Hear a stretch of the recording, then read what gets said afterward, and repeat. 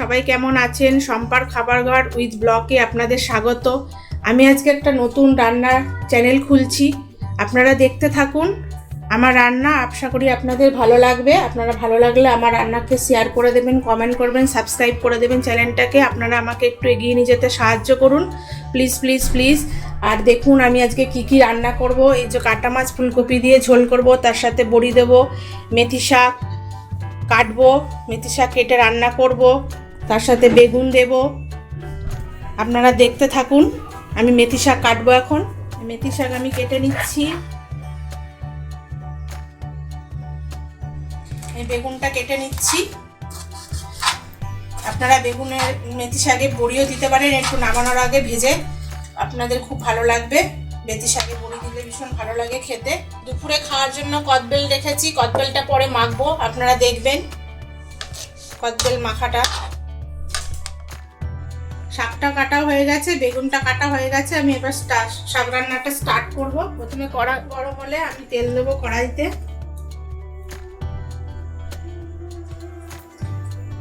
বেগুনটা আগে একটু ভেজে নেব। শাকটা একটু ভাপিয়ে নিচ্ছি,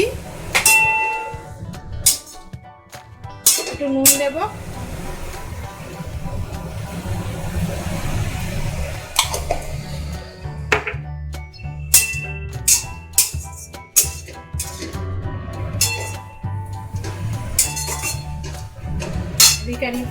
এদিকে কড়াই গরম হয়ে গেছে, বেগুনটা একটু ভেজে নিচ্ছি।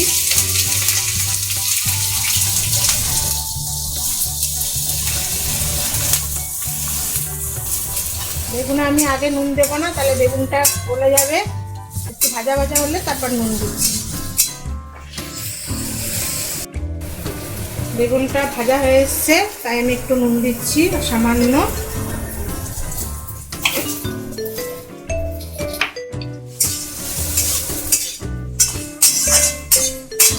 একটু হলুদও দিয়ে দিচ্ছি।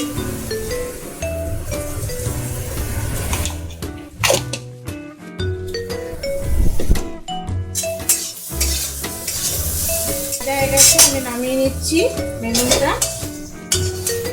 আমি কড়াই বসিয়ে দিলাম আবার। আমি একটু তেল দিচ্ছি, এবার বড়িটা একটু ভাজবো।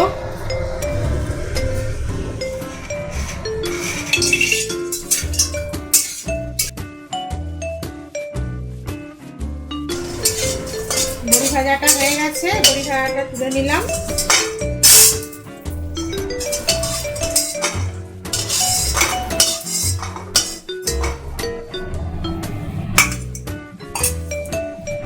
আমি একটু তেল দেবো, লঙ্কা দিলাম একটা, কালো জিরে ফোড়ন দিলাম।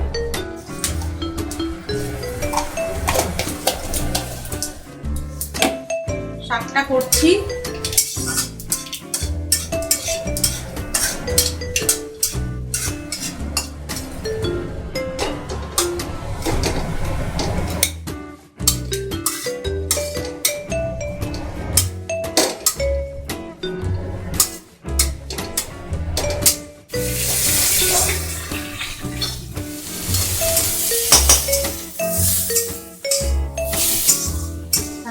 দিলাম।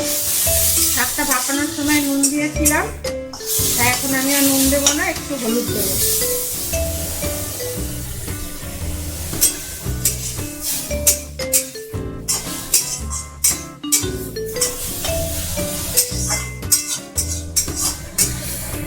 শাকটা ভাজা ভাজা হয়ে গেছে, আমি এবার বেগুনটা দিয়ে দিলাম। বেগুনটা দিয়ে একটু ভাজা ভাজা করবো। বেগুনটা আগে ভেজে নিয়েছি। শাকটা ভাজা হচ্ছে, আমি একটু বড়িটা একটু গুঁড়ো করে দেবো। নামানোর আগে বড়িটা গুঁড়ো করে দিলে টেস্ট লাগে।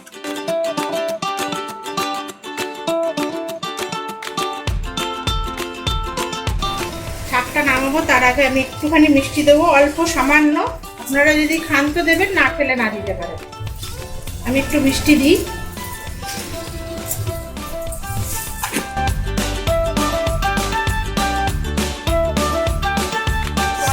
রান্না করলাম শাকটা, এরকম করে করবেন, দেখবেন সুন্দর খেতে লাগবে। আমার শাকটা হয়ে গেছে, নিয়ে নিচ্ছি।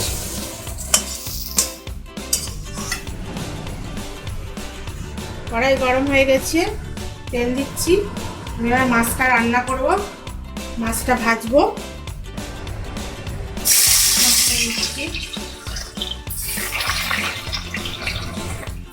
মাছটা ভাজা হয়ে গেছে, এবার আমি নামিয়ে নিচ্ছি।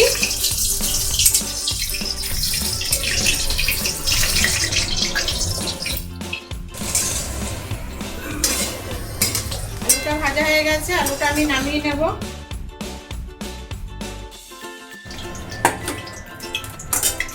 এবার আমি ফুলকপিটা দিচ্ছি।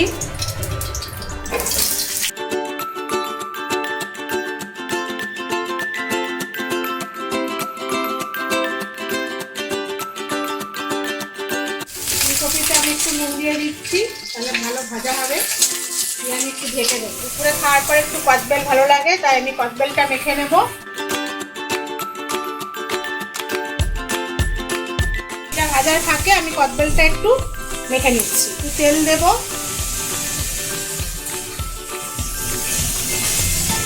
নুন দিলাম,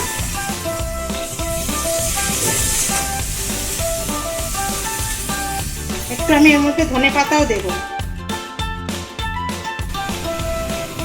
ধনে পাতাটা দেব। কপিটা ভাজা হয়ে গেছে, আর একটু ভাজবো। লাস্টে টমেটো দেবো, টমেটোটা কেটে নিচ্ছি।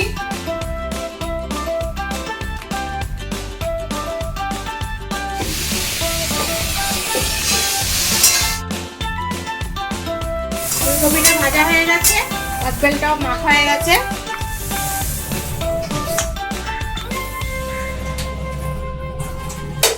কড়াইটাই বসিয়ে দিলাম, কড়াইতে তেল দিলাম,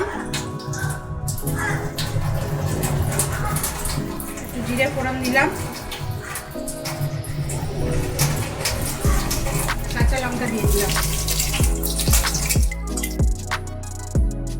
আমি আদা লঙ্কা পেস্ট করে রেখেছি, সেটা দিয়ে দিলাম। এবার আমি জিরার গুঁড়ো, ধনের গুঁড়ো, হলুদ, নুন দিয়ে দেবো।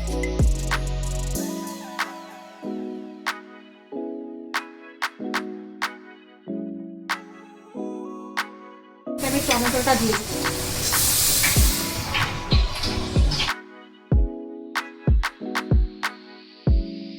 মশলাটা কষানো হয়ে গেছে, মশলা থেকে তেল ছেড়ে গেছে। এবার আমি আলুটা দিয়ে দেবো। ফার্স্টে আলুটা দিয়ে দিলাম।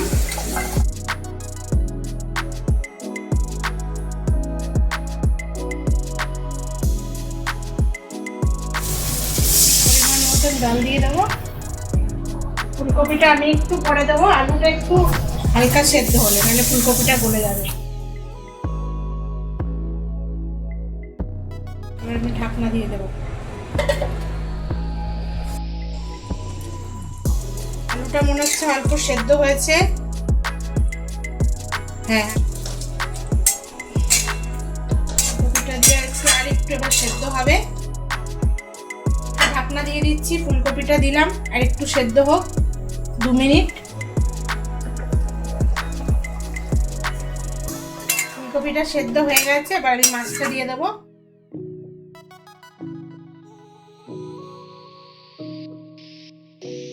এবার আমি ঢাকনা দিয়ে দিলাম, আর একটু ফুটলে তারপর নামানোর আগে আমি ধনে পাতা আর বড়ি দিয়ে নামিয়ে দেব।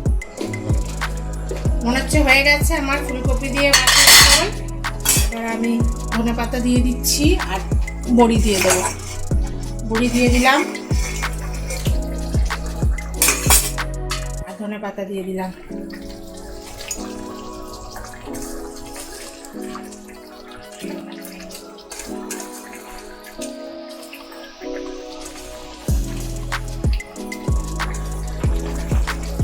এগুলো ভাপেই হয়ে যাবে সেদ্ধ। ঢাকনা দিয়ে দেবো এবারে।